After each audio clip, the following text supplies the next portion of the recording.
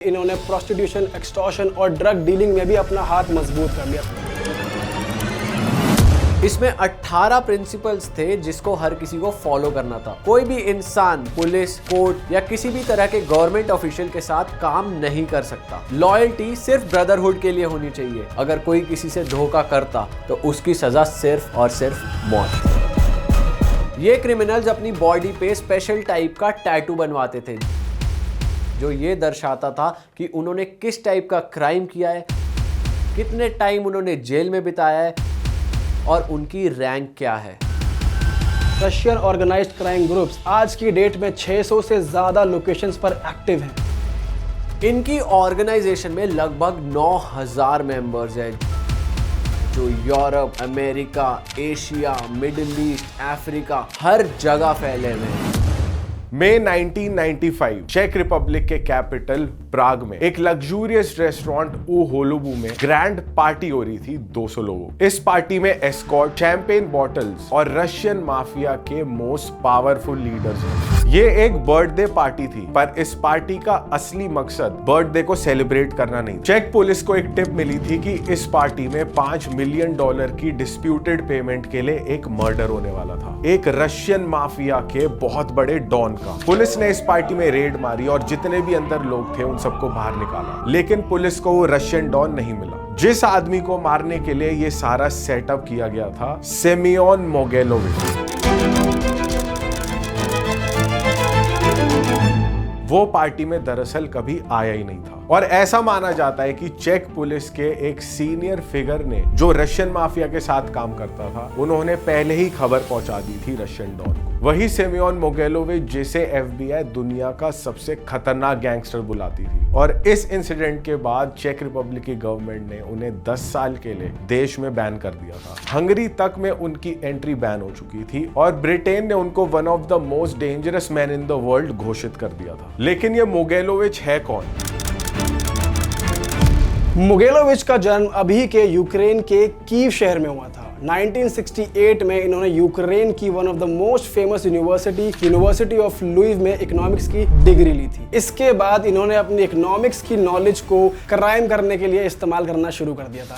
तभी इनको एक नाम दिया गया था, ब्रेनी डॉन। 1990s में रशियन ज्यूज इस देश से माइग्रेट करके बाहर जाना चाहते थे, जिसकी वजह से उनको अपने एसेट्स को जल्दी जल्दी बेचना बहुत जरूरी बन गया था। इसी दौरान मोगेलोविच ने इन लोग के साथ एक कॉन्ट्रैक्ट किया और उस कॉन्ट्रैक्ट में ये था कि वो उन सभी के एसेट्स को मार्केट वैल्यू पे बेचेगा, थोड़ा सा कमीशन अपने पास रखेगा और बाकी सारे पैसे उन्हें दे देगा। मोगेलोविच ने एसेट्स बेचे जरूर थे मार्केट वैल्यू पे, लेकिन एक भी पैसा उन्हें हैंडओवर नहीं किया। ये क्राइम के एरिया में उसका सबसे पहला मेजर स्टेप बना। अर्ली 1991 में मोगेलोविच शिफ्ट होते हैं हंगरी में। वहां पर उन्होंने अपनी हंगेरियन गर्लफ्रेंड कैटलिन से शादी करी। शादी करने के तुरंत बाद ही उन्हें मिल जाता है हंगरी का पासपोर्ट। बुडापेस्ट में रहते हुए इन्होंने काफी और बिजनेस में इन्वेस्ट करना शुरू कर दिया था। साथ ही साथ इन्होंने वहां की एक लोकल कंपनी भी खरीदी जो एंटी एयरक्राफ्ट गन्स प्रोड्यूस करती थी। और इसके बाद धीरे धीरे इन्होंने प्रोस्टिट्यूशन, एक्सटॉर्शन और ड्रग डीलिंग में भी अपना हाथ मजबूत कर लिया था। ये सभी चीजें इनके कंट्रोल में आ चुकी थी। इसके बाद मोगेलोविच ने नाइट क्लब्स में भी इन्वेस्ट करना शुरू कर दिया था, जो कि क्लब्स की दुनिया में प्रोस्टिट्यूशन का सबसे बड़ा हॉटस्पॉट बन गया था। 1993 में मोगेलोविच ने ज्वेलरी बिजनेस भी शुरू कर दिया था। ये बिजनेस ज्वेलरी,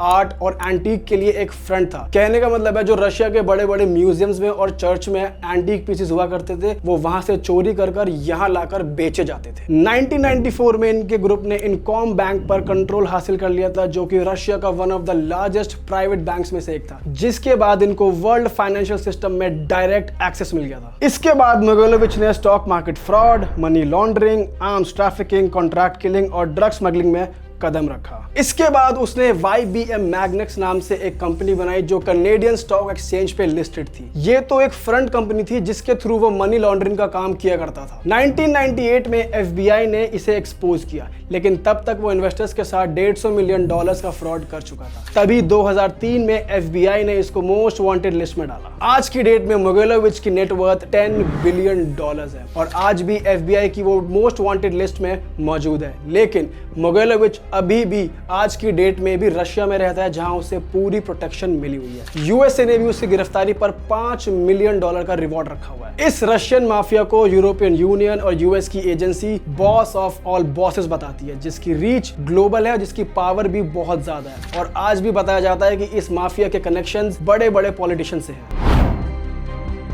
मोगेलोविच रशियन माफिया का सबसे ज्यादा फेमस केस है। सोवियत यूनियन के कोलैप्स के बाद रशिया में जो वैक्यूम बना, उसे भरने के लिए ऑर्गेनाइज्ड क्राइम ने अपनी पकड़ एकदम मजबूत बना ली थी। रशियन माफिया आज भी दुनिया के सबसे ज्यादा पावरफुल क्रिमिनल ऑर्गेनाइजेशंस में से एक है। और एफबीआई ये भी बताती है कि रशियन ऑर्गेनाइज्ड क्राइम ग्रुप्स आज की डेट में 600 से ज्यादा लोकेशंस पर एक्टिव हैं। लेकिन ये इतने ज्यादा पावरफुल बने कैसे, ये ऑपरेट कैसे करते हैं, इनका स्ट्रक्चर क्या है, आइए जानते हैं। रशियन ऑर्गेनाइज्ड क्राइम की जड़ें बहुत पुरानी है। वॉरिवर ज़ाकोन यानी थीव्स ऑफ लॉ नाम का एक क्रिमिनल ब्रदरहुड वहां पर बनना शुरू हुआ। 1917 में रशिया में एक रेवोल्यूशन हुआ, जिसके बाद वो एक कम्युनिस्ट देश बन गया। उसने अपने जैसे और कम्युनिस्ट देश जैसे बेलारूस, यूक्रेन और कंट्रीज के साथ मिलकर सोवियत यूनियन बना लिया। गुलाग्स, जो कि एक फोर्स्ड लेबर कैंप था जिसमें पॉलिटिकल प्रिजनर्स, ऑर्डिनरी प्रिजनर्स और उस टाइम के वॉर कैप्टिव्स को रखा जाता था। वैसे ये फोर्स्ड लेबर कैंप्स थे तो जेल, पर वहां उनको बंद कर नहीं रखा जाता था। उनसे काम करवाए जाते थे, जैसे सोवियत यूनियन के दूर वाले इलाकों में रोड बनाना, पेड़ कटवाना और माइनिंग करना। यहीं से रशियन माफिया के क्रिमिनल कल्चर और ब्रदरहुड की शुरुआत हुई। धीरे धीरे इनकी ऑर्गेनाइजेशन में स्ट्रक्चर बनना शुरू हुआ। इन्होंने कोड ऑफ कंडक्ट बनाया जिसे वोरोव्स्कोय ज़ाकोन कहा जाता था। इसमें 18 प्रिंसिपल्स थे जिसको हर किसी को फॉलो करना था, और जिनमें से सबसे इंपॉर्टेंट प्रिंसिपल्स थे ये। पहला, स्टेट के साथ कोई भी कॉर्पोरेशन नहीं, कोई भी इंसान पुलिस, कोर्ट या किसी भी तरह के गवर्नमेंट ऑफिशियल के साथ काम नहीं कर सकता। लॉयल्टी सिर्फ ब्रदरहुड के लिए होनी चाहिए। परिवार और शादी से इन लोगों को दूर रहना होता था। पैसा सिर्फ क्रिमिनल एक्टिविटीज से ही आना चाहिए। किसी व्हाइट कॉलर जॉब या साफ सुथरे काम को तो ये बिट्रेयल मानते थे। एक और सबसे जरूरी प्रिंसिपल था इक्वालिटी। हर किसी को इक्वल रिस्पेक्ट से ट्रीट किया जाता था। अगर कोई डिस्प्यूट हो भी जाए तो उसे इंटरनल कोड ऑफ कंडक्ट के थ्रू रिजॉल्व किया जाता था। हर एक थीफ को दूसरे की मदद करनी होती थी, चाहे वो खुद कितनी बड़ी मुसीबत में हो। और हाँ, अगर कोई किसी से धोखा करता तो उसकी सजा सिर्फ और सिर्फ मौत थी। इस कोड ने रशियन क्रिमिनल अंडरवर्ल्ड को डेकेड्स तक डिफाइन किया। ये कोड ऑफ कंडक्ट प्रिजन्स में और गुलाग्स में एक इनफॉर्मल कॉन्स्टिट्यूशन की तरह ट्रीट किया जाने लगा। इस कोड ऑफ कंडक्ट से क्रिमिनल्स को एक यूनिफाइड आइडेंटिटी मिली। गुलाग्स और पूरे सोवियत यूनियन के प्रिजन्स में ये चीज तेजी से फैलने लगी, और जब इन क्रिमिनल्स का ट्रांसफर होता था या एग्जाइल सिस्टम के थ्रू इनको छोड़ा जाता था, ये लोग नए नए क्षेत्रों में जाकर अपना नेटवर्क और ज्यादा फैलाते थे और ये और ज्यादा स्ट्रॉन्ग होने लग गए थे। ये क्रिमिनल्स अपनी बॉडी पे स्पेशल टाइप का टैटू बनवाते थे, जो ये दर्शाता था उन्होंने किस टाइप का क्राइम किया है, कितने टाइम उन्होंने जेल में बिताया है और उनकी रैंक क्या है। हर टैटू का कुछ ना कुछ स्पेशल मीनिंग जरूर होता था। जैसे अगर किसी के शोल्डर पे स्टार बना हुआ है तो ये दिखाता है कि वो गैंग का एक हाई रैंक मेंबर है, और अगर उसके नी पे स्टार बना हुआ है तो इसका मतलब ये है कि आई बाउ टू नो वन, मैं किसी के आगे नहीं झुकता। कैथेड्रल टैटूज जो कि चेस्ट पे बनवाए जाते हैं, जो कि चर्च जैसी एक बिल्डिंग होती है जिसमें डोम्स होते हैं, और हर एक डोम उस टाइम को डिफाइन करता है जो उसने जेल में बिताया है। जितने ज्यादा डोम उसका मतलब उसने उतने ज्यादा साल जेल में बिताए। इसी तरह होते हैं स्पाइडर टैटूज। अगर स्पाइडर ऊपर की तरफ क्लाइम कर रहा है तो ये दिखाता है कि वो पर्सन क्राइम की दुनिया में राइज कर रहा है, उसकी रैंक ऊपर जा रही है। और अगर स्पाइडर वेब में फंसा हुआ है तो वो किसी तरह की एडिक्शन या ट्रैप को सिंबलाइज करता है। इसी तरह स्कल एंड क्रॉसबोन टैटूज सिंबलाइज करते हैं हार्डकोर क्राइम या लाइफ सेंटेंस को, और डैगर टैटूज आर्म या नेक पर दर्शाते हैं वायलेंट हिस्ट्री या फिर मर्डर को। ये टैटूज एक लैंग्वेज है जो पावर, पनिशमेंट और लॉयल्टी को दर्शाते हैं। इन टैटूज को देखकर किसी भी रशियन माफिया मेंबर की कहानी को बताया जा सकता है। जब सोवियत यूनियन को स्टालिन रूल करने लगे तो लाखों लोगों को साइबेरिया के फोर्स्ड लेबर कैंप्स में भेजा गया। इन कैंप्स में वोरिवर ज़ाकोने की पावर और भी ज्यादा बढ़ गई। वो कैंप्स में दूसरे प्रिजनर्स को कंट्रोल करते थे और खुद ही के कोर्ट चलाते थे। और वर्ल्ड वॉर 2 के दौरान एक बहुत बड़ा चेंज आया। कुछ वॉरी मेंबर्स ने स्टालिन की रिक्वेस्ट पर जर्मनी के खिलाफ लड़ाई में हिस्सा लिया, लेकिन इनके ट्रेडिशनल कोड के हिसाब से गवर्नमेंट के लिए कोई भी काम करना अलाउड नहीं था। जिन वॉरी ने वर्ल्ड वॉर 2 में पार्टिसिपेट किया उनको इन लोगों ने सुखी कहना स्टार्ट कर दिया, यानी कि बिचेस। और इन सब के चलते ट्रेडिशनल वॉरी ने इनको मारना शुरू कर दिया। इससे वॉरी के अंदर सिविल वॉर स्टार्ट हो गई, जिसको सूका वॉर्स कहा जाता था। इस इंटरनल वॉर ने इस ऑर्गेनाइजेशन को लगभग अंदर से तोड़ दिया था, लेकिन 1970s में इस ऑर्गेनाइजेशन ने अपने आप को पूरी तरह से रिवाइव करा। गुलाग सिस्टम ने एक नए अंडर वर्ल्ड हायरार्की सिस्टम को जन्म दिया। गुलाग्स के खत्म होने के बाद भी ये मेंबर्स लेबर कैंप साइट के आसपास ही बसे रहे। 1991 में जब सोवियत यूनियन कोलैप्स हुआ, तभी रशिया के अंदर एकदम केओस फैल चुका था। कम्युनिस्ट सिस्टम की कंट्रोल्ड इकोनॉमी एकदम खत्म हो गई थी और कैपिटलिज्म की ओर ट्रांजिशन शुरू हो गया था। लेकिन जब ये ट्रांजिशन हो रहा था तो कोई भी प्रॉपर रूल्स और रेगुलेशंस फॉलो नहीं हो रहे थे। इसी अफरा तफरी का फायदा उठाते हुए रशियन माफिया ने इस अपॉर्चुनिटी को ग्रैब किया और जितनी भी सरकारी कंपनीज थी वो एकदम प्राइवेट हाथों में आने लगी। माफिया ग्रुप्स ने बिजनेसेस को जबरदस्ती एक्वायर करना शुरू कर दिया था। 1990s में मॉस्को में गैंग्स के बीच जबरदस्त शूटिंग होना शुरू हो गया था। बिजनेस ओनर्स को क्रिशा यानी प्रोटेक्शन खरीदनी पड़ती थी और जो उसे नहीं खरीदता था उनकी शॉप्स को बॉम्ब से उड़ा दिया जाता था, या फिर जो प्रोटेक्शन खरीदने के लिए मना करता था उस इंसान को जान से मार दिया जाता था। रशिया के ऑयल, गैस, मेटल्स और काफी बैंकिंग सेक्टर्स का कंट्रोल ऑर्गेनाइज्ड क्राइम ग्रुप्स के हाथों में आ चुका था। बिलियंस ऑफ डॉलर्स की वेल्थ इनके हाथों में आ गई थी। रशिया की खुफिया एजेंसी केजीबी के फॉर्मर एजेंट्स और मिलिट्री ऑफिशियल्स ने भी ये ऑर्गेनाइज्ड क्राइम ग्रुप्स ज्वाइन करना शुरू कर दिया था, जिससे इनकी कैपेबिलिटीज बहुत ज्यादा बढ़ गई थी। रशियन माफिया की सबसे पावरफुल ऑर्गेनाइजेशन का नाम है सांस्केवस्काया ब्रातवा।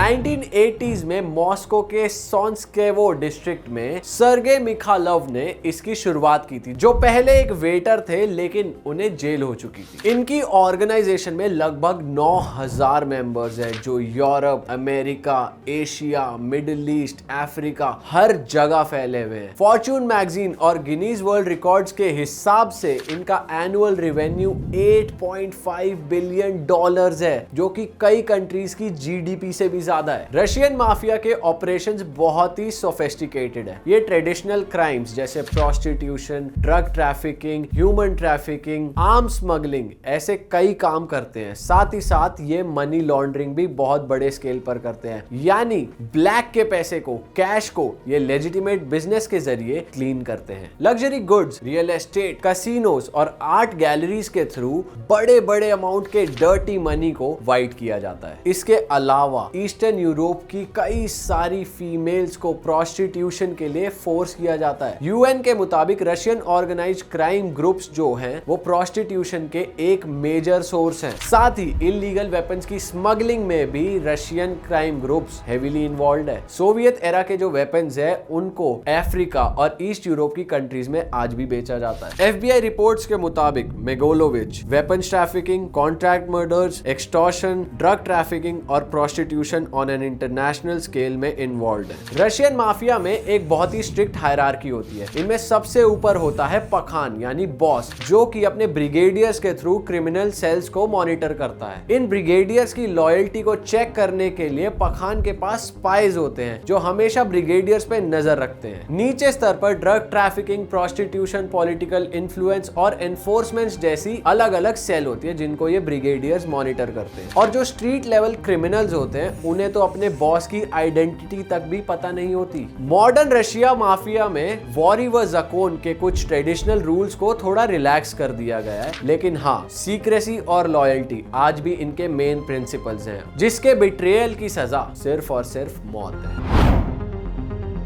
1990s में रशियन माफिया ने अपने आप को ग्लोबली एक्सपैंड करना शुरू किया। नॉर्थ अमेरिका, इजराइल और वेस्टर्न यूरोप और भी कंट्रीज में ये लोग फैलने लगे। यूनाइटेड स्टेट्स में ब्राइटन बीच यानी ब्रुकलिन, न्यूयॉर्क को लिटिल ओडेसा कहा जाता था, जहां पर रशियन ऑर्गेनाइज क्राइम की स्ट्रॉन्ग प्रेजेंस थी। 1990s में सांस्केवस्काया ने विचेस्लाव इवानकोव को ब्राइटन बीच भेजा रशियन माफिया एक्टिविटीज को कंट्रोल करने के लिए। एफबीआई ने यह भी बताया कि अमेरिका में 15 15 से 20 रशियन क्राइम ग्रुप्स ऑपरेट कर रही थी उस टाइम पर। इजराइल में 1990s में हजारों की तादाद में रशियन ज्यूज वहां पर माइग्रेट हुए, जिनमें से कई सारे क्रिमिनल्स थे और आज इजराइल में रशियन माफिया का काफी सिग्निफिकेंट प्रेजेंस है। साइप्रस और स्पेन मनी लॉन्ड्रिंग और लग्जरी लाइफस्टाइल के लिए फेमस है। कई सारे रशियन माफिया साइप्रस और स्पेन के कोस्ट पर बहुत महंगे विला में रहते थे।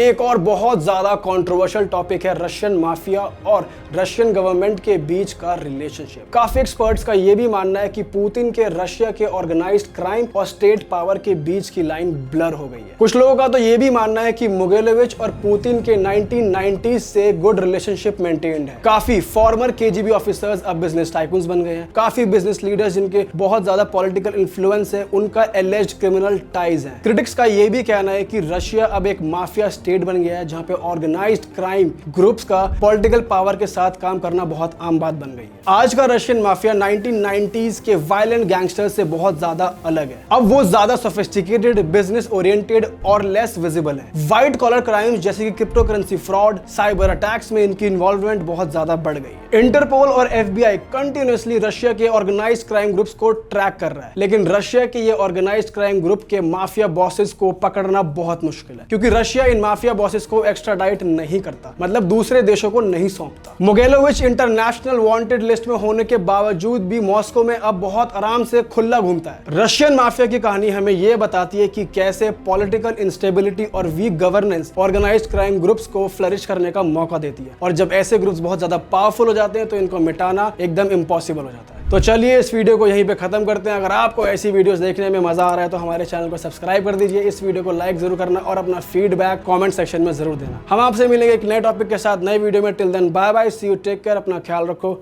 सी यू।